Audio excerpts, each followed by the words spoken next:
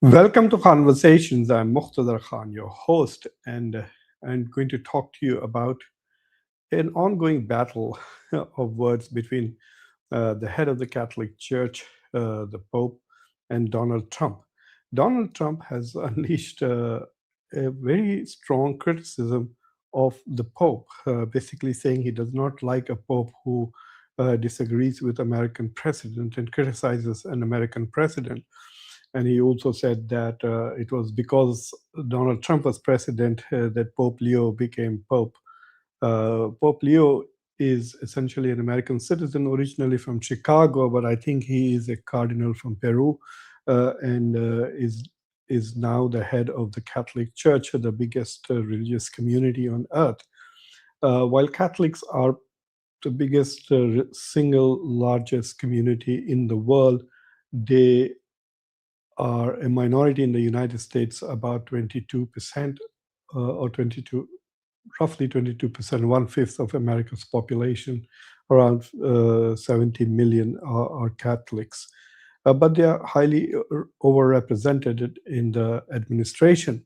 So let me just quickly run down what has happened with this. Before the current attack by Donald Trump himself, it seems, I think in the month of January, that the Pentagon invited the Vatican's ambassador and basically he told him that the Pope should stop criticizing Donald Trump.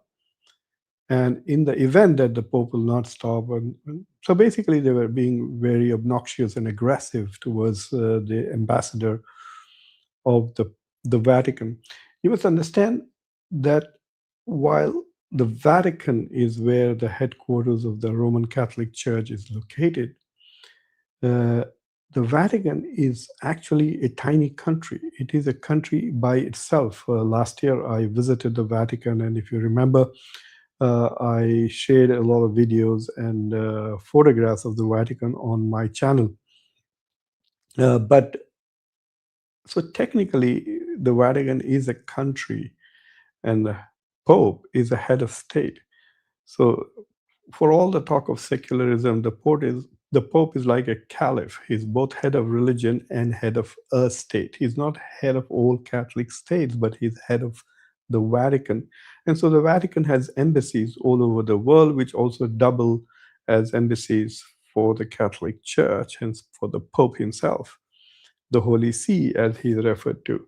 So there are ambassadors, and so international relations is very much within the purview of the Pope. So to say that the Pope should not talk about international relations, should not talk about war, etc., as J.D. Vance has said, J.D. Vance, in his reaction to the exchange between the Pope and Donald Trump, said the Pope should stick to morality. But that is exactly what the Pope is doing. So let me quickly run through this and then I will share my observations and the developments. But the point that I do want to make right at the beginning is that Donald Trump has become overly sensitive to any criticism against himself, and there's this constant attempt to suppress any and all criticism of the Trump administrations and its policies, particularly with regards to doing whatever Israel wants America to do. So this whole criticism that that Donald Trump has abandoned America First policies in preference for Israel First policies, and basically that Donald Trump has become the stooge of Netanyahu, doing whatever Netanyahu. So any criticism that goes towards questioning the wisdom of his war on Iran, he's become overly sensitive to it. So after the Pentagon dealt with the Vatican's embassy ambassador in Washington, D.C., this is what Donald Trump posted. It's a long post against the Pope. I'll just read parts of it. He said, Pope Leo is weak on crime and terrible for foreign policy. He talks about fear of the Trump administration, but doesn't mention the fear that the Catholic Church and all other Christian organizations had during COVID when they were arresting priests, ministers. I mean, sometimes Donald Trump just goes off on tangents which kind of don't make sense at all. And look at the highlighted part. And then he says, and I don't want a pope who criticizes the president of the United States because I'm doing exactly what I was elected in a landslide. This is very interesting. He says that the Pope has no business to criticize the President of the United States who is fulfilling the mandate of his election. Well, not really. If a majority of Americans vote for a president to pursue genocidal wars, the Pope will and should criticize it, and so should people of all goodwill and all ethical communities should be critical of anything that any major country does, which is contrary to law and morality. But to say that the president is doing exactly what I was there, Donald Trump here is blatantly lying. He was not elected to attack Iran. In fact, it's the exact opposite. Donald Trump repeatedly promised that there will be no regime change wars, no unending wars in the Middle East, no wars, no new wars, etc. These were the promises that Donald Trump made repeatedly during the election campaign. So even though he is the elected president of the United States, he's not doing what he was elected to do. He's doing the opposite of what he was elected to do. So even when he's criticizing Pope, Donald Trump is lying in his post. I find that very critical. And then while criticizing the Pope, uh, is not a politician and saying this is hurting the Pope. I don't know how this is hurting the Pope. The Pope is becoming more popular to the point that even the Iranians are beginning to appreciate him. And look at this comment from Ghalibaf, who is the Speaker of the House of Parliament and one of the two negotiators with J.D. Vance, and says, "Thank you for this light." Ghalibaf praised the Pope for condemning what he called the war crimes of the United States and Israel. He said the Pope's message, "I'm not afraid," resonates and lights the way for all those who refuse to remain silent and ignore the killing of innocents. Ghalibaf added, "Your leadership is an inspiration to millions. Thank you for the light." Of course, this is also the Iranians provoking Trump, and you could say they are trolling him indirectly. But there's also this genuine feeling that, in fact, the last two popes have been absolutely. Pope Francis was fantastic, and so is Pope Leo. And Pope Leo is not backing off. He is not backing off, and I'm quite impressed with the Pope's posture that he's an American, remember, all said and done, but he is not afraid. So let me just share a couple of comments that the Pope said. I don't want to get into a debate with him, Pope Leo said on Monday while he was flying to Algiers. "I will continue to speak out loudly against war, looking to promote peace, promoting dialogue and multilateral relationships among the states to look for just solutions to problems.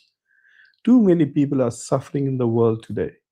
Too many innocent people are being killed, and I think someone has to stand up and say there's a better way." So the Pope is perfectly in his position. This is his job, to speak up about Christian values and ethics and principles, and condemn war and warmongering. Already, thousands and thousands of innocent people have been killed in Lebanon, and thousands of people are being killed uh, uh, in Iran. And there's so much of suffering through sanctions, etc. So I think the Pope is right. I do want to make a few comments. Donald Trump then went on to post this picture of his, pretending himself to be Jesus Christ. In fact, there is now an official pastor in the White House. I forget what her name is. She's his pastor, and she prays with him. She compared him to Jesus Christ. It's like America is becoming like North Korea. Kim Jong Un is like the god in North Korea, and Trump is trying to do the same thing. He's trying to become God. The height of megalomania is unbelievable. He is pretending that he's healing when what he's actually doing is killing people all over. And of course, there was a lot of criticism. So Donald Trump then deleted this post, and he says, "Oh, this is what Donald Trump said about this post to reporters." He said, "This is a post where he's supposed to be a doctor. And like, what is in his left hand? What are these lights and stuff? Is this a photograph of a doctor?" So this is a very, very strange religious imagery that is being used. This is a holy war for these people. I think they are waging jihad against Iran. So this is something fascinating going on. I want to show you how many of Donald Trump's cabinet people are actually Catholics. These are all the Catholics in Donald Trump's administration. Some of them are very important. J.D. Vance is the vice president, and as I said, he responded by saying the Pope should stick to issues of morality. This is an issue of morality. Killing people, causing harm to the world because you have an ideological agenda, you want Israel to expand territorially, that is a moral issue. Marco Rubio is a practicing Catholic, and a few months ago, I think he came on TV wearing a cross on made of ash or something on his forehead. Robert Kennedy Jr. is a Catholic. John Ratcliffe, the director of CIA, is a Catholic. Sean Duffy, whose picture is not here, I think he is the Secretary of Transportation. I think that is also a Catholic. Tom Homan is a Catholic. Tom Homan is the guy who's in charge of deportations. He's the czar of deportations and border and security police. So these are all Catholics, very prominent Catholics. I wonder how they react when Donald Trump is so dismissive and critical of the Pope and literally attacking him in such a long post. Do they feel do they air their opponent? There are some Republicans and some conservatives who have criticized Donald Trump for attacking the Pope, but I wonder what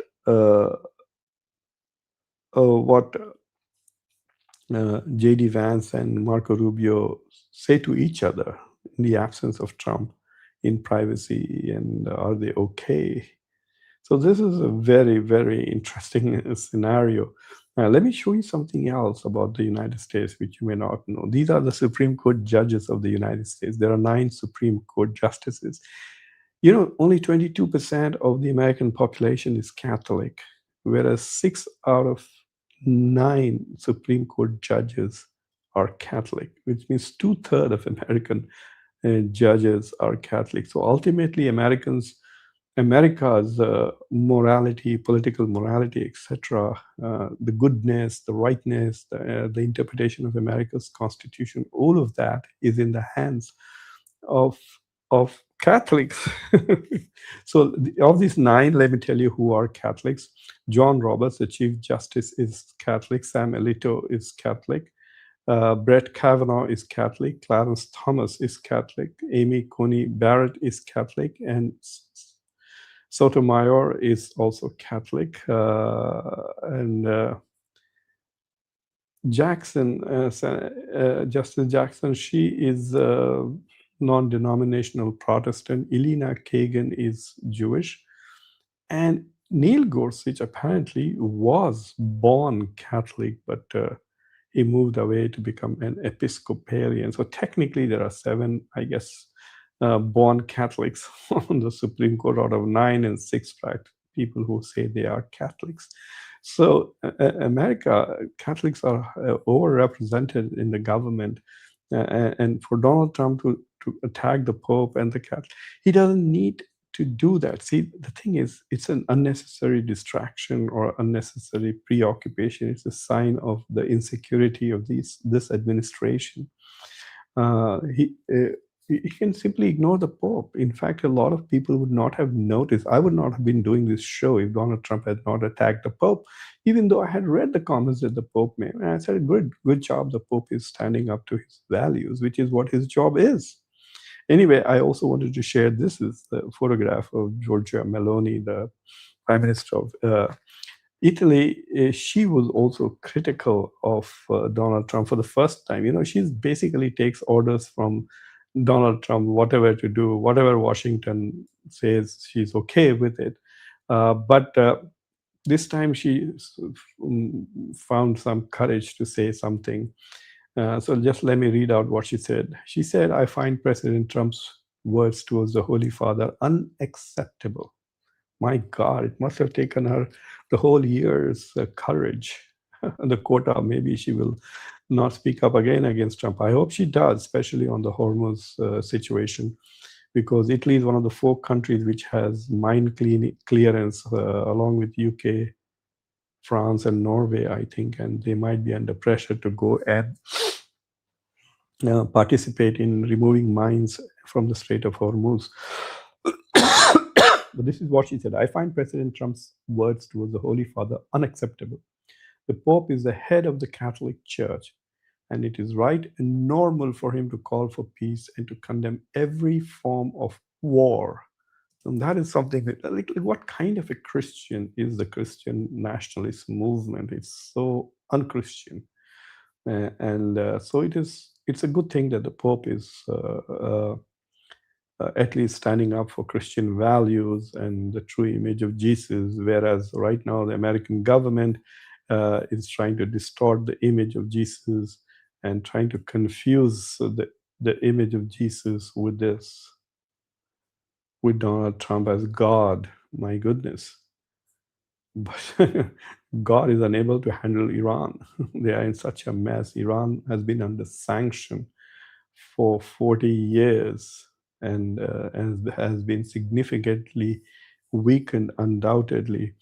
So anyway, that's what I wanted to share. That the crux of the issue is that Donald Trump is unable to handle any form of moral criticism, because the whole goal was to say that the right-wing movement in the United States is against the woke left-wing movement, which is anti-God, anti-religion, anti-tradition, anti-culture, anti-divine values. Whereas this right-wing movement is with God. And, if you remember, that clown Vivek Ramaswamy kept talking about the Bible and God and this and that. So they are trying to associate themselves with God, and then they're making policies which are unholy. And so that is why I think the Trump administration is so much more sensitive. I forgot to say, even Caroline Levitt apparently is Catholic. So it's going to be interesting to see whether there is any long-term effect on Trump's popularity, because 56% of Catholics in the United States voted for Donald Trump. 56%. That's a pretty large chunk. And will the support for Donald Trump, because primarily it is, I think, because of abortion issues, that the Catholics have been voting for Donald Trump. But the anti-immigrant positions that Donald Trump has taken should have potentially eroded the support, but because the Catholic Church is quite supportive of immigrants, regardless of their status. So we will see what happens going forward. Will there be a backlash from the Catholics come November, when we have our midterm elections? Anyway, thank you for watching. Donald Trump has opened battles on many, many fronts. He's fighting his own MAGA. He's fighting the Catholic Church. He's